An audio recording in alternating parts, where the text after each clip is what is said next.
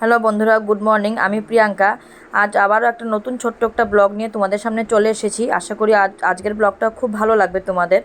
আর যারা আমার চ্যানেলটা নতুন দেখছো তারা সাবস্ক্রাইব করবে প্লিজ, আর লাইক কমেন্ট করে জানাবে যে আমার ভিডিওগুলো দেখতে তোমাদের কেমন লাগে। তো সকাল সকাল না ঘুম থেকে উঠেই আজকে না স্নানটা কিন্তু করিনি। তো চা খেতে বসে পড়েছি সব কাজগুলো শেষ করে। তা আজকে না ব্রেকফাস্ট করছি, ওই আর কি একটু ম্যাগি বানালাম, তো ম্যাগি খাচ্ছি। তা আর দেখো স্নান কিন্তু করা হয় নাই এখনও। তো ভেবেছি আর কি পরে করব। কারণ কি এখন যদি স্নান করি না দেরিও হয়ে যাবে, আর প্রচুর পরিমাণে ঠান্ডা পড়েছে। যেহেতু ঠান্ডাতে তো ঠান্ডাও লাগে আর গলারও প্রবলেম আমার, তার জন্য না সকালবেলা আর স্নানটা করি না। তো চাটা খেয়ে নিয়েছি, চাটা খেয়ে নিয়ে সোনাকেও খাইয়ে দিয়েছি, ফ্রেশ করিয়ে দিয়েছি। তারপরে এসে পড়লাম যে না, বাসি বিছানাটা গুটানো হয় নাই, গুটানো মানে উঠানো হয় নাই আর কি।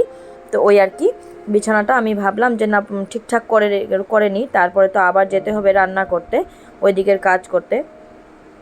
তো বিছানাটা আমার কিন্তু শ্বশুরমশাই সবসময়ই বলে আমার হাজব্যান্ডকে যে তুই যখন উঠিস তো বিছানাটা তো ঠিক করে উঠতে পারিস। তা আমি আবার বলি যে না, ও যদি বিছানাটা ঠিক করে আমার সেটা কিন্তু পছন্দ হবে না। কারণ কি আমার না নিজের কাজটা নিজে করতেই খুব বেশি ভালো লাগে। আর বিছানা বলো আর বেডশিট বলো আর যাই বলো, ঘর গুছানোই বলো, সেটা না আমি নিজের কাজটা নিজে করতেই বেশি ভালোবাসি। অন্য কেউ যদি করে না পছন্দ হয় না সেটা আমার অতটা। আর আমার বর ঠিক আমার মতন পারেও না। যেহেতু ছেলে মানুষ, মেয়ে আমরা মেয়েরা যেভাবে কাজ করি ছেলে মানুষ তো আর কাজ করতে পারবে না মেয়েদের মতো তো গুছিয়ে। তো তাই আর কি আমি বলি যে না বাবা, আমিই করবো, থাক, ও তো অফিসে যাবে, দেরি হয়ে যাবে। তো তাই আর কি। তারপর দেখো বিছানাটা গুটিয়ে নিলাম। আর আমার না বেডশিটটা যদি একটু টান টান করে না যদি পাতি, তাহলে কিন্তু আমার একদমই ভালো লাগে না। আমার বেডশিটটা কোনো দিকেও কুচ থাকতে পারবে না। ওই যে দেখো আমি বেডশিটটা ঠিক করছি, আমি বললাম না বেডশিটটা কুচ থাকতে পারবে না।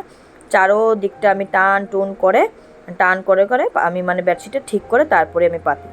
তারপরে বালিশগুলো জায়গায় রেখে দেবো, বালিশগুলো জায়গায় রেখে দিয়ে সোজা চলে যাব বাথরুমের দিকে, কারণ আমি এখন স্নানটা করেই নিব।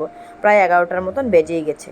তার আগে ভাবলাম যে না, সোনার কাপড়গুলো কালকে না এই কয়টা কাপড় ওই আর কি বেলা করে ধুয়ে দিয়েছিলাম, তো ভালো করে শুকায়নি, ওই আর কি ঘরেই মেলে দিয়েছি। তো ভাবলাম এগুলোকে ঠিকঠাক করে রেখে তারপরেই যাই, না হলে তো দেখতে বাজে লাগে ঘরটা। যেহেতু আমরা কোয়ার্টারে থাকি, তোমাদেরকে তো একবার না 100বার বলছি, অনেকবারই বলছি যে কোয়ার্টারে থাকি, ঘরগুলো না গুছালো যেমন গোছানো মনে হয় না। তাই আর কি যতটুক পারি যেভাবে পারি গুছিয়ে রাখার চেষ্টা করি। তো সোনার কাপড়গুলো এখন ওয়ার্ড্রোপে রেখে দিলাম, রেখে দিয়ে যাব। আর সোনাও না প্রচুর পরিমাণে দুষ্টামি করছে। ওই আর কি ওর সাথে সবসময় কথা বলতেই থাকতে হয়, ডেকেই যেতে হয় যে সোনা ওইদিকে যাবে না, এটা করবে না, ওইটা করবে না, এটা ধরবে না, ওই আর কি। তারপরে চলে আসলাম বাথরুমের দিকে। এসে আগে ভাবলাম যে না, কাপড়টা রেখে দিই, তারপরে গরম জলটা নিয়ে আসবো। আর কিছু কাপড়ও আছে জানো তো বন্ধুরা, সকালে ধুয়েছি যদিও, তবুও না টুকটাক কাপড় বের হয়ে গেছে। বাচ্চা থাকলে যা হয় আর কি, তুমি যতই কাপড় ধোও যখনই ধোও কিন্তু টুকটাক টুকটাক করে কাপড় বেরই হয়ে যায়। আর তার মধ্যে না আমাদের বাথরুমটা বাইরে, তো তাই আর কি একটু প্রবলেম বেশিই হয়, কারণ বাইরে যাবো একবার, ঘরে আসবো একবার, জিনিস নিবে, এই করতে করতে না আমার অনেকটাই দেরি হয়ে যায়। কিন্তু কিছু তো করার নেই বলো। সমস্ত সব পরিস্থিতির মধ্যে নিজেকে মানিয়ে গুছিয়ে নিয়ে যেতে হয়, চলতে হয়। বাড়ি তো হচ্ছে আমাদের, তোমাদেরকে তো আমি বলেছি, আর তোমাদেরকে আমি দেখাবো আমাদের বাড়ি। তো বাড়িতে গেলে আর হয়তো সেটা অসুবিধাটা হবে না। সব কিছু তো আমাদের ঘরের ভিতরেই সিস্টেম করেছে। এখনও বাড়ির কাজ চলছে, মোটামুটি হয়ে গেছে। তো বাড়িতে যখন চলে যাব তখন হয়তো আর এই যে এখন যে প্রবলেমটা হয়, সেই প্রবলেমটা হয়তো হবে না, আশা করছি আর কি। তো যাকে কথা বলে বলে দেখো তোমাদের সঙ্গে সমস্ত কাজও শেষ করে নিয়েছি, শেষ করে নিয়ে স্নানটাও করে ফেলেছি। স্নানটা করে ভাবলাম যে না, কাপড়গুলো আগে মেলে দিই, কারণ অনেকটাই তো রোদ্রু হয়েছে এখন। একটু পরে দেখবো যে রোদ্রুটা চলে গেছে, আর যেহেতু এখন ঠান্ডার দিন রোদ্রুটা পট করেই চলে যায়, কাপড়গুলো ভালো করে শুকায়ও না।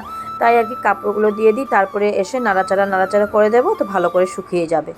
তো কাপড়গুলো মেলে দিয়ে সোজা চলে আসলাম ঘরে। ঘরে এসে আগে ভাবলাম যে না, মুখে আর হাতে পায়ে না একটু লোশন দিয়ে নিই, না হলে না শরীরগুলো যে ঠান্ডার দিন তো খুব টানতে থাকে, আর দেখবে কিভাবে ফাটা ফাটা ভাব হয়ে যায় আর কি।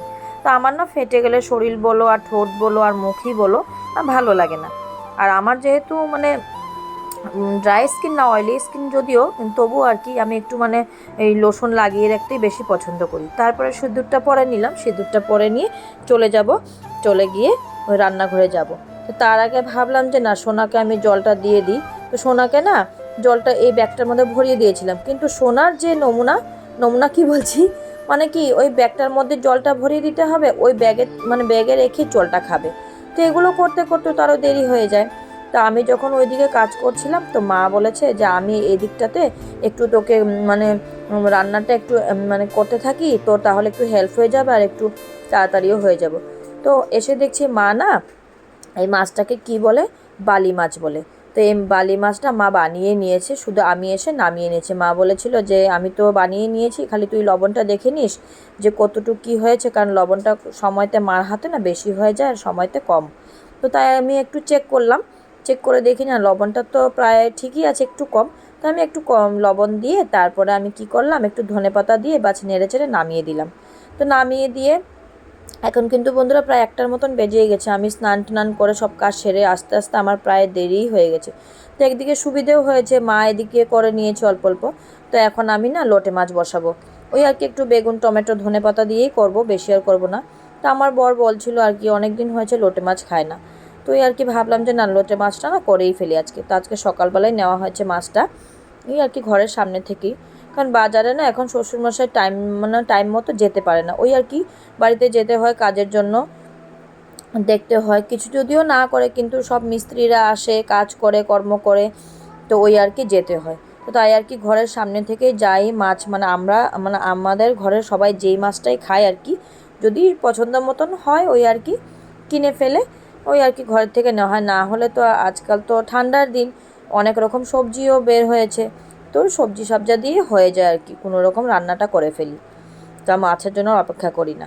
তো কথা বলতে বলতে মশলা কষিয়ে বেগুনগুলো কষিয়ে নিয়েছি, তারপরে মাছগুলো না এইভাবে করে আমি একটু ঢুকিয়ে দেবো, যেহেতু এটাতে এক ফোঁটা আমি জল দেবো না, জল ছাড়া রান্না করব। তো মাছটাকে এইভাবে করে আগে কিন্তু লবণ আর হলুদ মেখে রেখেছিলাম। তো মেখে রাখার পরে এটাকে আমি এখন দিয়ে একটু নাড়াচাড়া করে বাস লো স্টিম দিয়ে আমি ঢেকে রেখে দেবো। আর ওই যে ওই দিকটাতে দেখতে পাচ্ছ তোমরা, আমি মানে চুলা জ্বলছে, আমার একটা কড়াইও বসানি আছে। তো ওইটার মধ্যে না একটু বেগুন ভাজি করছি, আর বেশি কিছু করব না। ওই মায়েদের জন্য বালি মাছ, আমাদের জন্য লোটে মাছ আর বেগুন ভাজি, বাস এতটুকুই করব। তো ওই দিকটাতে যখন রান্না বসালাম তো ভাবলাম মশলা না এই বাটিটা যে অনেক মানে নোংরা নোংরা লাগছে, ওই আর কি মশলা পড়ে যায় নেওয়ার সময়। তো ভাবলাম এটাকে আমি আজকে মেজে দিব। তার জন্য এই মশলার বাটিগুলো কৌটোগুলো সব আমি খালি করে ফেললাম, খালি করে ফেলে তা আবার এদিকে চলে আসলাম। দেখো এক ফোঁটাও কিন্তু জল দিনে কীভাবে জল বের হয়েছে। আমার না এই লোটে মাছটা খেতে কিন্তু ভীষণ ভালো লাগে, ভীষণ। আর এই যে বেগুন টমেটো ধনেপাতা দিয়ে যে লোটে মাছটা করে, এই রান্নাটা না আমি কিন্তু আমার দিদির থেকে শিখেছি। আমার দিদি এইভাবে করে লোটে মাছ রান্না করে, খুব স্বাদ লাগে খেতে। আর লোটে মাছটা না বন্ধুরা আমি কিন্তু আগে খেতামও না, দিদির ঘর থেকে খাওয়া শিখেছি। আমার জামাইবাবু বলতো খেয়ে দেখো খেয়ে দেখো, তা আমি বলতাম না আমার দেখতে কেমন হয়, যেহেতু লোটে মাছটা লোট লোট হয় তো দেখতে কেমন জানি লাগে একটা। কিন্তু খেতে খেতে এখন এমন মানে ফেভারেট হয়েছে, লোটে মাছটা দেখলে যেন জিভের জলই পড়ে যায়। তো যাকগে রান্নাটা হয়ে গেলো আমার, তোমরা দেখতেই পারলে। তো রেখে দিলাম, রেখে দিয়ে বাস গ্যাসটা আমি পরিষ্কার করে নিব। এখন গ্যাসটা পরিষ্কার করে সোনাকে যাব খাওয়াতে, কারণ প্রায় 2:30টার মতন বেজেই গেছে, সোনাকে খাওয়াতে হবে। আর রান্নার পরে তো গ্যাস যদি তুমি না পরিষ্কার করো, রান্নাঘরটা যদি না পরিষ্কার করো, দেখবে ভালো লাগে না কিন্তু। আর অনেকে বলে নাকি রান্নার পরে গ্যাস বলো রান্নাঘর বলো মানে পরিষ্কার করে রাখতে হয়, তাহলে মানে ভালো। জানি না কি ভালো হয় কি না, কিন্তু রাখলে তো পরিষ্কার করে রাখলে নিজেরই ভালো। তো গ্যাসটা তো পরিষ্কার করে নিয়েছি, করে নিয়ে ভাবলাম এই টেবিলের উপরটাও পরিষ্কার করে নিই।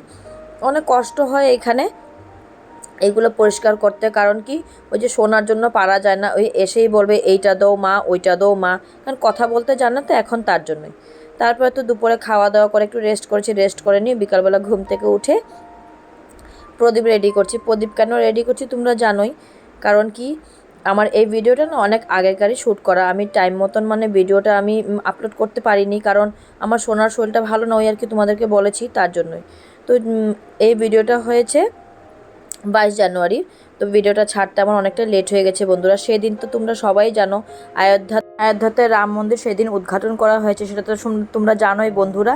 তো সেটারই আর কি প্রিপারেশন করছি, প্রিপারেশন মানে প্রদীপ জ্বালাবো, তো তাই 500 বছরের পুরানা আমাদের মানে মনের আশা পূর্ণ হলো এই 22 জানুয়ারির দিনে, ঠিক না বন্ধুরা বলো?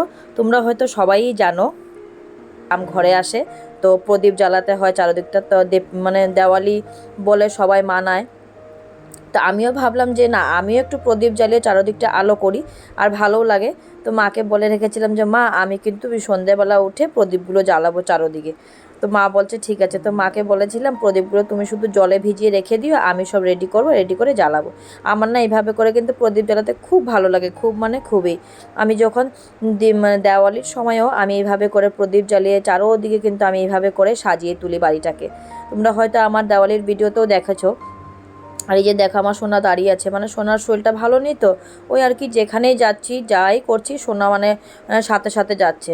মানে অসুখ বিসুখ হলে সবাই বলে নাকি যে না, তখন মানে বাচ্চাদের মায়ের কাছে মানে বেশি যাওয়া বেশি থাকা। তো তাই আর কি আমার সোনার ক্ষেত্রতে হয়তো সেটাই হয়েছে। তো সব জ্বালিয়ে দিয়েছে, দেখো তোমরা দেখতেই পারছো, মনে হচ্ছে যে পুরো দেওয়ালি। তো তারপরে জ্বালিয়ে দিয়ে এসে চাটা খেতে বসে পড়েছি, বর চা বানিয়ে রেখেছে। তো চা বানাতে বানাতে বন্ধুরা আজকের ভিডিওটা আমি এখানেই শেষ করছি। তোমরা ভালো থেকো, সুস্থ থেকো, পরিবারের সকলকে নিয়ে খুবই ভালো থেকো।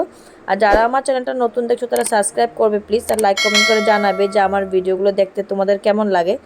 আর আমার বর না আজকের চাটা যে খুব ভালোই বানিয়েছিল, খুব ভালো মানে খুব ভালো, অনেক টেস্টও হয়েছে চাটা খেতে। তো ভাবলাম যে না, আগে বসে বসে চাটাই খেয়ে নিই। তো আজকের জন্য টাটা।